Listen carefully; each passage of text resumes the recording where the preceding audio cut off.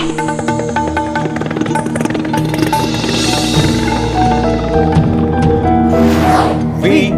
the people of India, having solemnly resolved to constitute India into a sovereign, socialist, secular, democratic republic, and to secure to all its citizens. নমস্কার, আমি কৌশিক। শুরু করছি আজকের চতুর্থ স্তম্ভ। 1952 সাল থেকে ধরলে গত 69 বছরে এই বাংলায় ভোটের দিন নিরাপত্তা বাহিনীর গুলিতে যত মৃত্যু হয়েছে, শীতলকুচির ঘটনাই তার মধ্যে নিষ্ঠুরতম। এফআইআর হয়েছে। আশা করা যেতে পারে নিরস্ত্র মানুষের ওপর গুলি চালানোর যে অভিযোগ উঠেছে তার যথাযথ তদন্ত হবে। জ্যোতি বসু তাঁর আত্মজীবনী যতদূর মনে পড়ে বইতে লিখেছেন, 1971 সালে পশ্চিমবঙ্গে পুলিশ মিলিটারির গুলিতে নির্বাচনের দিন মারা গেলেন 10 জন। আপাত দৃষ্টিতে মনে হতেই পারে 1971-এর ওই ঘটনাই পশ্চিমবঙ্গে ভোটের দিন পুলিশ মিলিটারির গুলিতে নিহতের সব থেকে বড় ঘটনা, কিন্তু না, তা নয়। কেন নয় সেটাই এবার বলছি। 1971-এ বিধানসভার আসন সংখ্যা ছিল 280। নকশালপন্থীরা ওই সময় প্রার্থী খুনের ডাক দিয়েছিল, ভোট বয়কটেরও ডাক দিয়েছিল। সর্বজনশ্রদ্ধেয় হেমন্ত বসু সহ 3 প্রার্থী ভোটের আগেই খুন হয়ে যান। ফলে ভোট হয়েছিল 280-র বদলে 277টি আসনে। ভোটের দিনও প্রচুর গোলমাল হয়।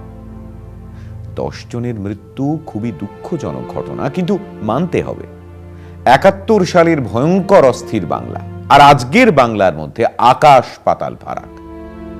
277টি আসনে ভোট পরিচালনা করতে গিয়ে 10 জনের মৃত্যু হয়েছিল ওই দিন। আসন সংখ্যা এবং নিহতের সংখ্যার দিকে খেয়াল রাখবেন। গত 10 এপ্রিল চতুর্থ দফা ভোটের দিন মাত্র 44টি আসনে ভোট হয়েছে। অর্থাৎ বলা যায় 277-এর প্রায় 6 ভাগের 1 ভাগ আসনে নির্বাচন পরিচালনা করতে গিয়ে কেন্দ্রীয় বাহিনীর গুলিতে কোচবিহারের শীতলকুচিতে 4 জনের মৃত্যুর ঘটনা ঘটেছে। 277-এ 10 জনের মৃত্যুর থেকে 44-এ 4 জনের মৃত্যু অনুপাতের বিচারে অনেক বড় হত্যাকাণ্ড। 1971-এর সঙ্গে তুলনা করে বলাই যায় যে শীতলকুচির ঘটনা নির্মমতার 50 বছরের রেকর্ডকে ছাড়িয়ে গেল।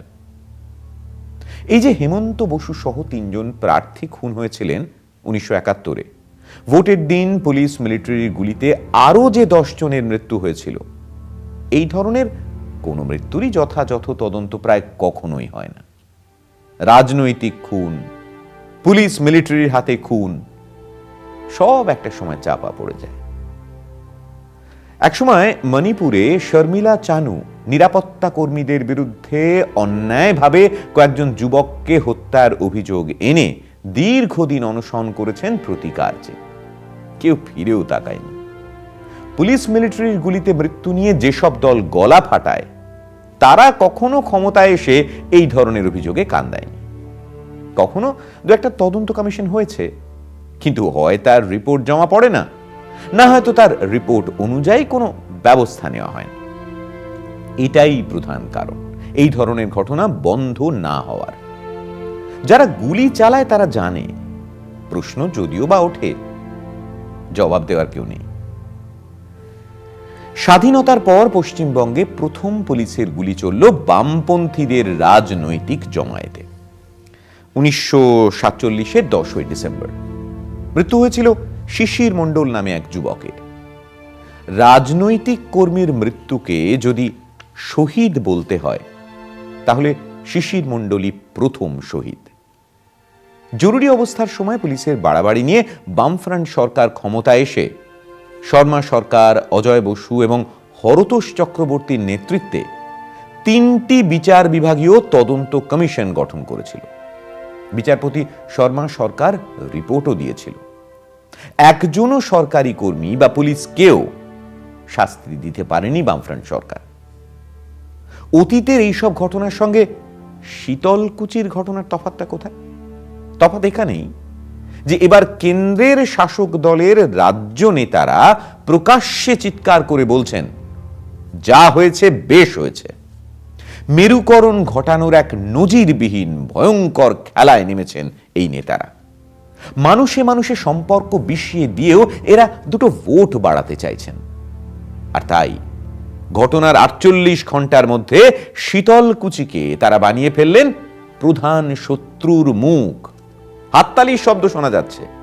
মৃত্যু দেখে এক শ্রেণীর মানুষ উল্লাসে ফেটে পড়ছে। সময় একটা বিরতির পর আবার ফিরে আসছি, সঙ্গে থাকুন। পিএম কেয়ার্স ফান্ডে কোন কোন কর্পোরেট কত কোটি টাকা দিয়েছে সেই তালিকা প্রকাশ করতে প্রধানমন্ত্রী নরেন্দ্র মোদীর এত ভয় কেন?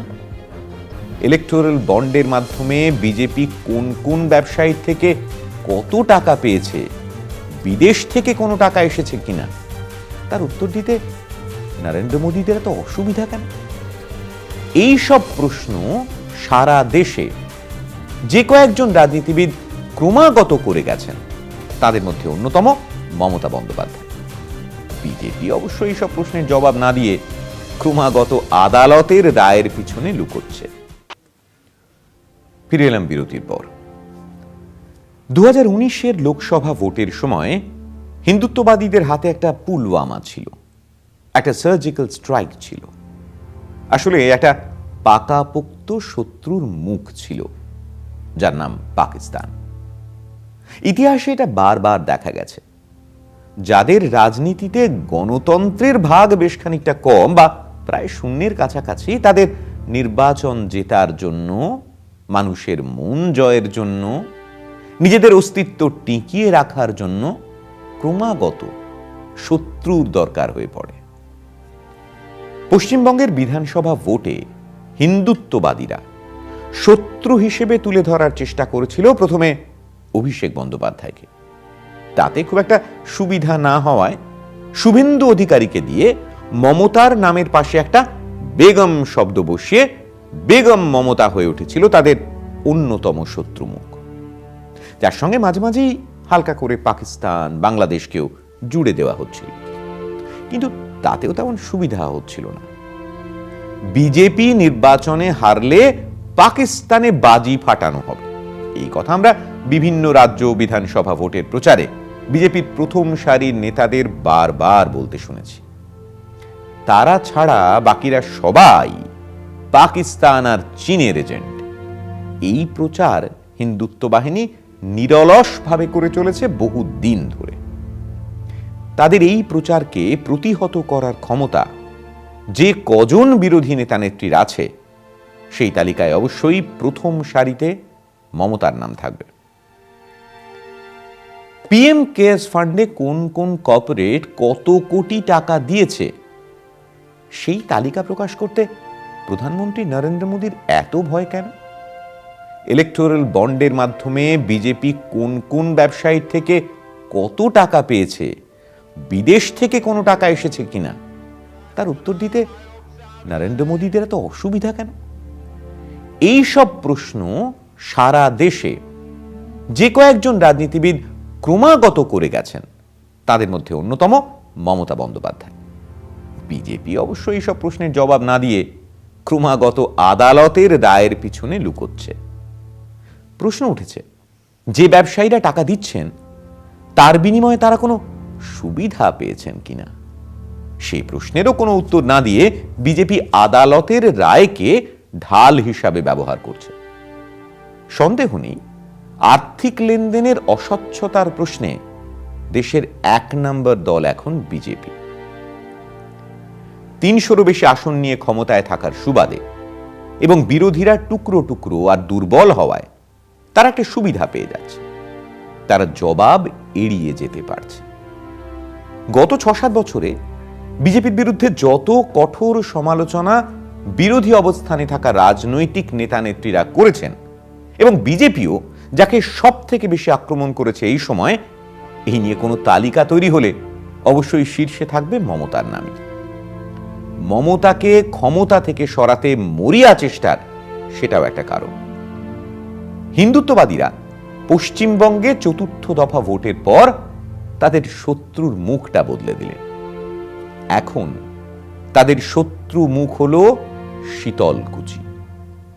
নন্দীগ্রামেও শুভেন্দু অধিকারীকে সংখ্যালঘু ভোটারদের উদ্দেশ্য করে পাকিস্তান শব্দ ব্যবহার করতে দেখা গেছিল।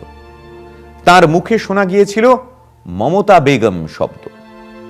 বিষাক্ত বক্তৃতায় তিনি দিলীপ ঘোষকেও সম্ভবত ছাড়িয়ে গেছেন।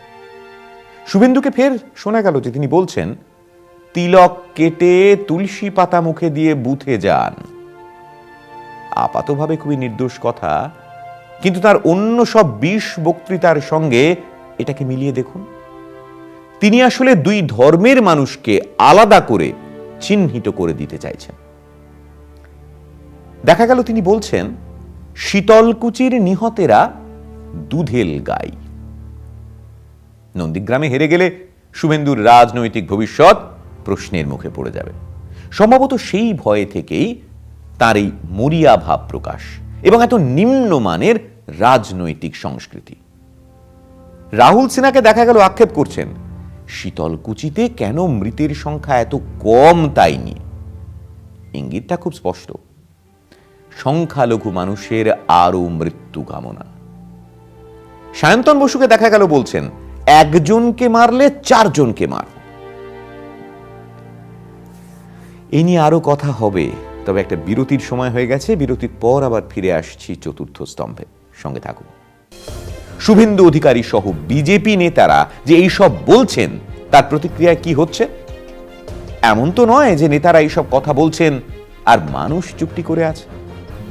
নেতাদের এইসব কথায় হাততালিতে ফেটে পড়ছে তাদের সভার জমায়। শীতলকুচিতে কেন্দ্রীয় বাহিনীর গুলিতে 4 যুবকের মৃত্যুতে এই যে নেতা সহ হাজার হাজার হিন্দুত্ববাদী সমর্থক জনতার হাততালি, এই উল্লাস আমাদের কোন পথ দেখাচ্ছে? তারা চায় পশ্চিমবঙ্গের মৃত্যু, তারা চায় জন্মনিক পশ্চিম বঙ্গাল। নিরস্ত্র জনতার উপর গুলি চালানো এবং হত্যার পর দেশের সর্ববৃহৎ রাজনৈতিক দলের নেতাদের নানান মন্তব্য, আর প্রধানমন্ত্রীর তা নিয়ে নীরব থাকা একটাই কথা বলে, সেটা হলো ঘৃণা এখন ভারতে শাসকের রাজনীতির সব থেকে জরুরি উপাদান, একমাত্র ভরসা। এর সঙ্গে মিলিয়ে নিন আরো কয়েকটা তথ্য। আমাদের প্রধানমন্ত্রী বলেছিলেন, আন্দোলনকারীদের পোশাক দেখে চিনতে। মোদী মন্ত্রিসভার এক সদস্যকে শাহিনবাগকে উদ্দেশ্য করে জনতাকে দিয়ে বলাতে দেখা গিয়েছিল, গোলি মারো সালোं को। মোদী মন্ত্রিসভারই আর এক মন্ত্রীকে দেখা গিয়েছিল 1 লাখ খুনে গ্রেফতার হওয়া এক অভিযুক্তের স্বাভাবিক মৃত্যুর পর সেই শবযাত্রায় উপস্থিত থাকতে, যেখানে হত্যায় অভিযুক্ত ওই মৃতদেহ জাতীয় পতাকায় ঢেকে দেওয়া হয়েছিল। সেই কেন্দ্রীয় মন্ত্রী টুইটে তাকে বলা হয়েছিল শহীদ। এই সব কিছু একই সুতোয় বাঁধা, আর এই মুহূর্তে তারা সবাই সক্রিয় শীতলকুচিতে। শুভেন্দু অধিকারী সহ বিজেপি নেতারা যে এইসব বলছেন, তার প্রতিক্রিয়ায় কি হচ্ছে? এমন তো নয় যে নেতারা এইসব কথা বলছেন আর মানুষ চুপটি করে আছে। নেতাদের এইসব কথায় হাততালিতে ফেটে পড়ছে তাদের সভার জমায়। শীতলকুচিতে কেন্দ্রীয় বাহিনীর গুলিতে 4 যুবকের মৃত্যুতে এই যে নেতা সহ হাজার হাজার হিন্দুত্ববাদী সমর্থক জনতার হাততালি, এই উল্লাস আমাদের কোন পথ দেখাচ্ছে? তারা চায় পশ্চিমবঙ্গের মৃত্যু, তারা চায় জন্মনিক পশ্চিম বঙ্গাল, তারা চায় গোবলয়ের ঢেবে ভেসে যাক বাংলার পট, বাঁকুড়ার ঘোড়া, ভাটিয়ালি গান, লালনের সুর। একমাত্র আপনার ভোটই রুখতে পারে বাংলার এই বিপর্যয়কে। ভেবে দেখুন। আজকের মতো এই পর্যন্তই। দেখছেন কলকাতা টিভি, রাত দিন 7 দিন।